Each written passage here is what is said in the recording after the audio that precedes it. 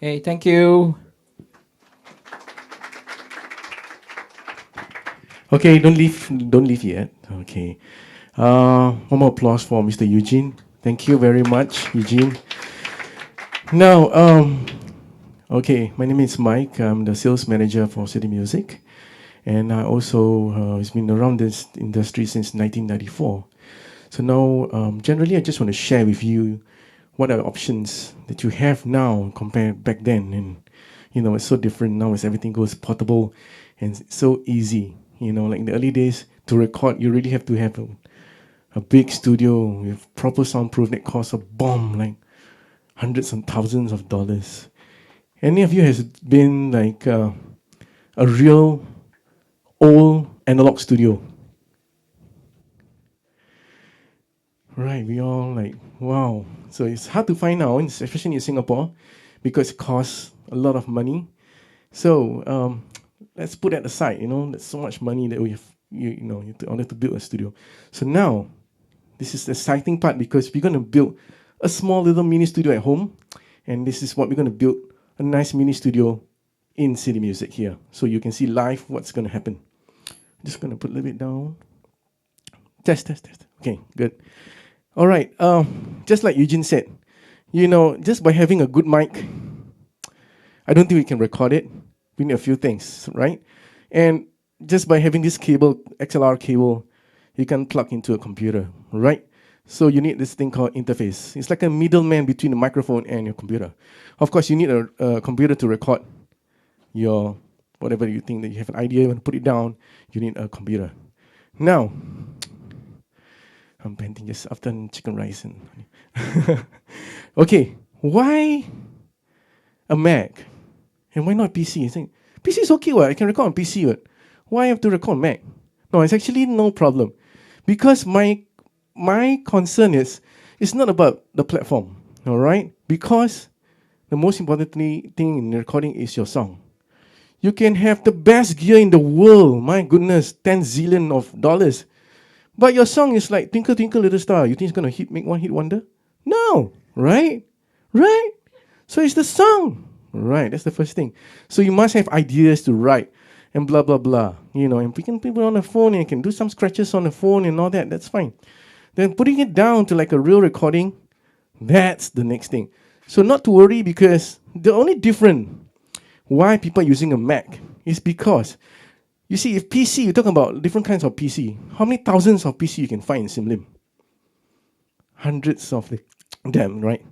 But in Mac, you can count MacBook Air, MacBook, MacBook Pro, Mac Pro, and iMac, and that's it.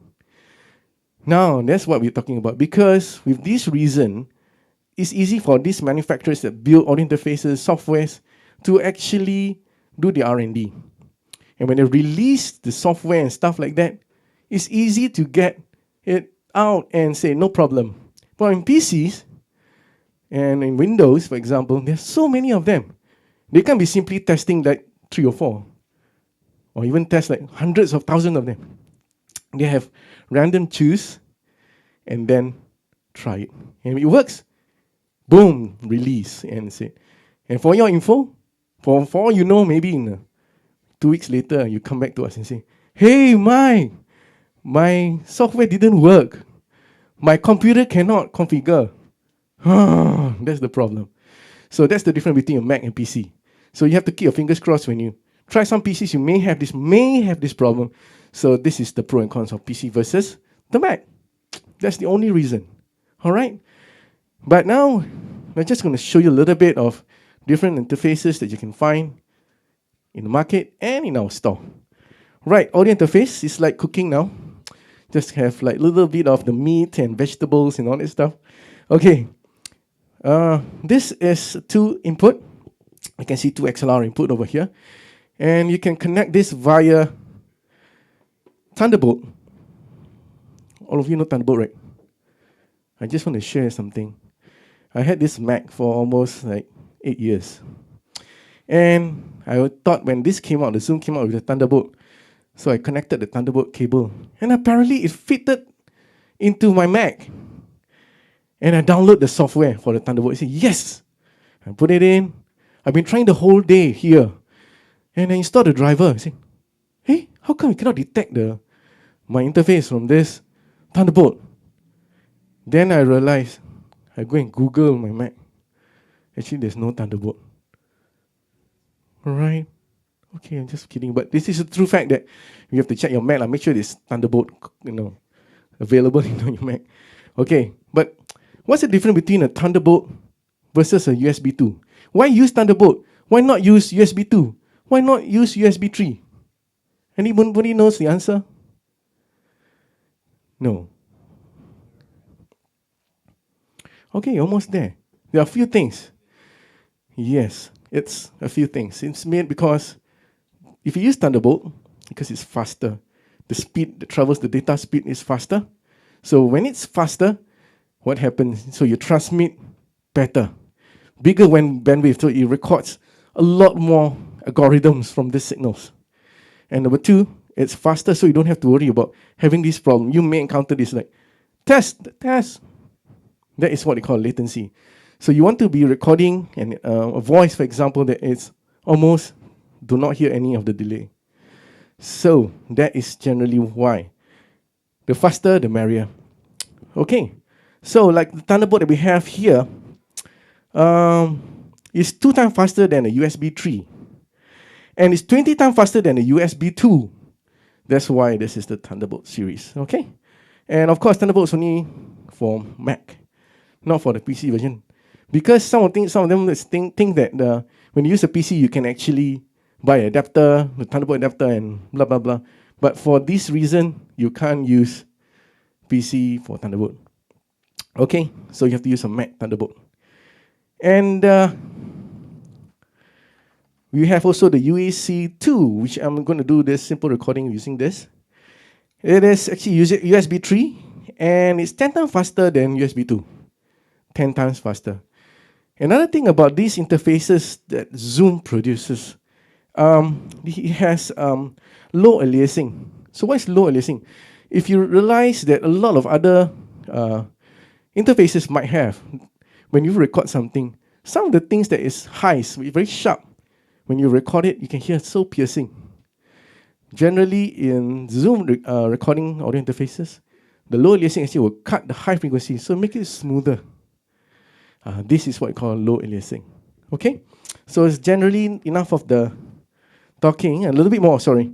We have also portable audio interfaces like this. It's mobile, and it's battery powered, so that you can connect to a laptop, and also mobile, right? Okay, so you can also connect to your iPads, and also small like this, you can even connect to your iPhones and record straight to your iPhones. All right, something like that. So you have one line input and one external input with phantom power. Any questions? Yes. For the bigger ones, you have MIDI, the conventional 5-pin DIN MIDI. So what's MIDI? Generally, you can connect to any of the synthesizers that has MIDI, so you can use it as a controller. Okay, but other than that, good questions. I'm going to show you also controllers, simple controllers like this.